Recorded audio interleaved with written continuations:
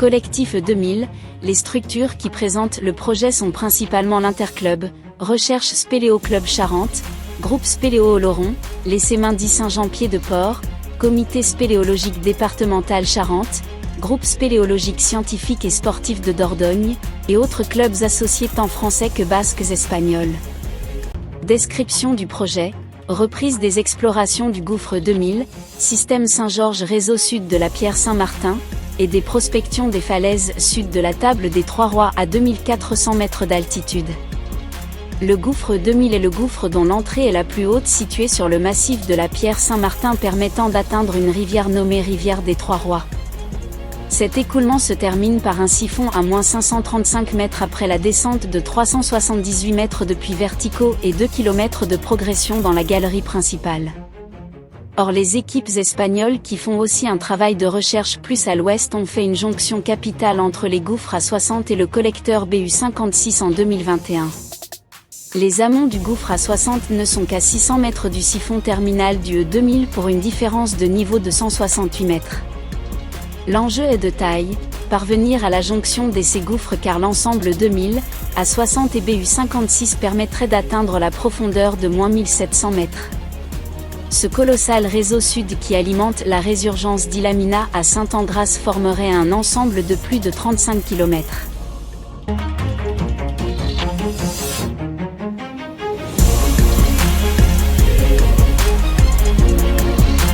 Organisation du projet. D'une part, l'implantation d'un camp de base au-dessus des cabanes de Pedin à 1700 mètres au pied du col d'Esquest. Environ 1h30 de marche du terminus des véhicules et 1h30 de marche de l'entrée du E2000. Ce camp est une base solide pour soutenir l'exploration du gouffre mais aussi pour permettre les prospections nécessaires à la connaissance du massif. Pour assurer l'exploration proprement dite du E2000 et l'installation du camp, plusieurs portages du matériel seront nécessaires pendant les mois de mai, juin et juillet.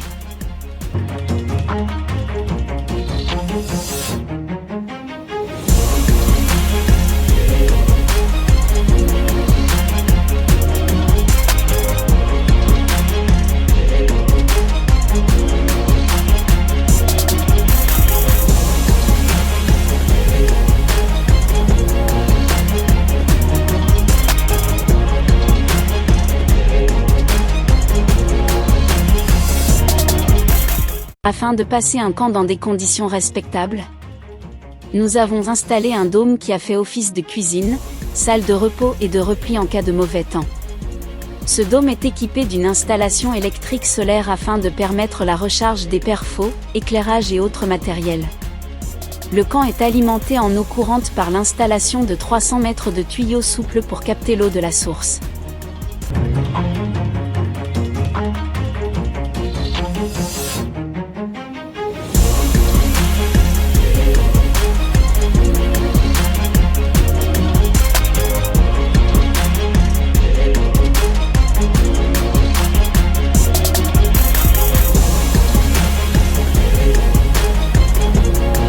Après de grosses journées d'efforts, un peu de réconfort.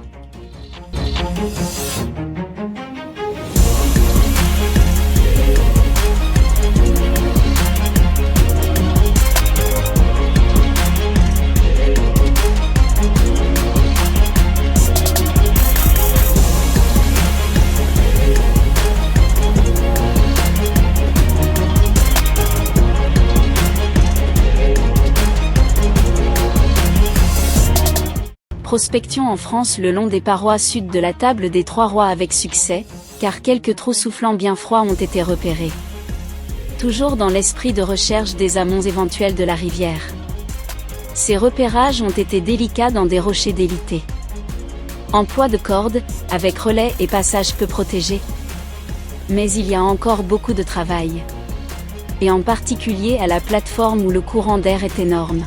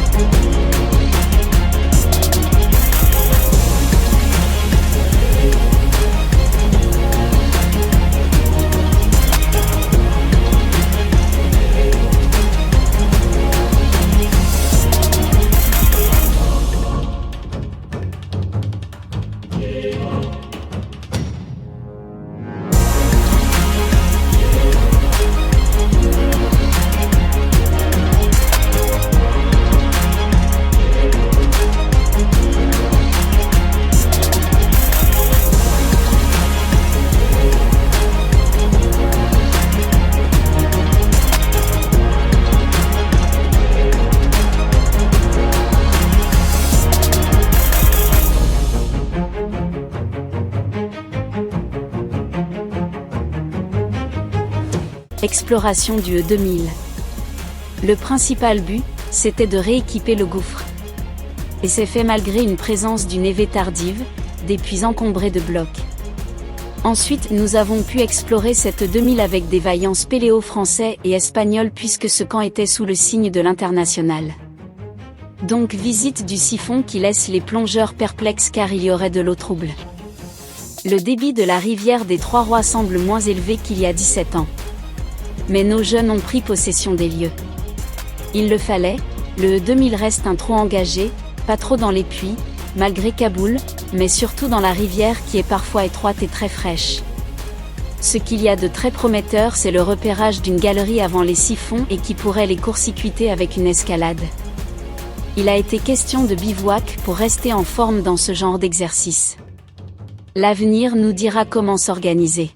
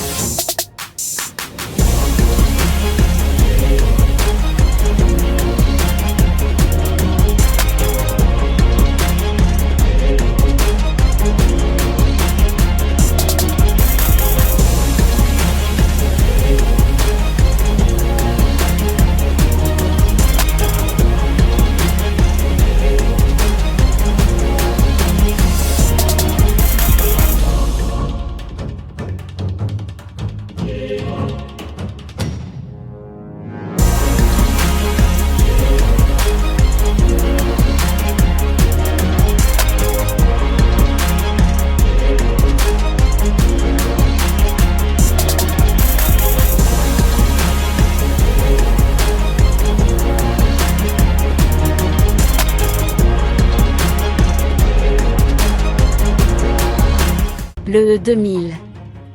Pour voyager à travers l'espace et le temps, nul besoin de machines infernales nécessitant une technologie élaborée. L'aventure et la découverte sont à portée de main. Il suffit d'une magnifique montagne élançant ses sommets et ses crevasses vers l'azur, d'un esprit curieux et aventureux, et le périple peut commencer. Nos aînés, par leurs exploits passés, ont levé une partie du voile recouvrant l'histoire du massif de la Pierre Saint-Martin. Les années passées à parcourir les lapiaz, explorer et observer, seront notre contribution à l'enrichissement de cette histoire. Le parcours des puits du E2000 constitue une remontée dans le temps, éclairant un peu plus l'histoire géologique de cette région du massif de la Pierre Saint-Martin.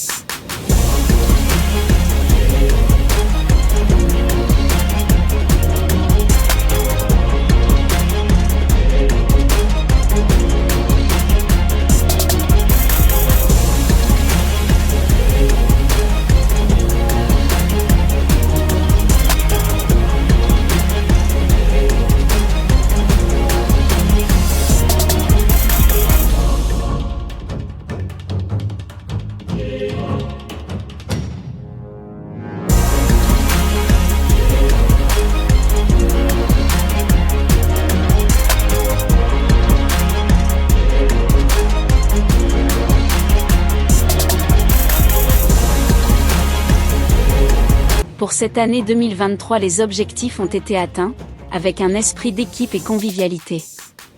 À savoir le rééquipement du gouffre, la reconnaissance et l'appréciation par nos jeunes spéléos de cette fameuse rivière située si haut sur le massif, et de surcroît la découverte de galeries inconnues qui resteront à être explorées. La prospection en surface, souvent ingrate et dangereuse, nous a permis aussi de repérer quelques entrées prometteuses, avec l'espoir d'avancer dans la connaissance des extrêmes amont de la rivière.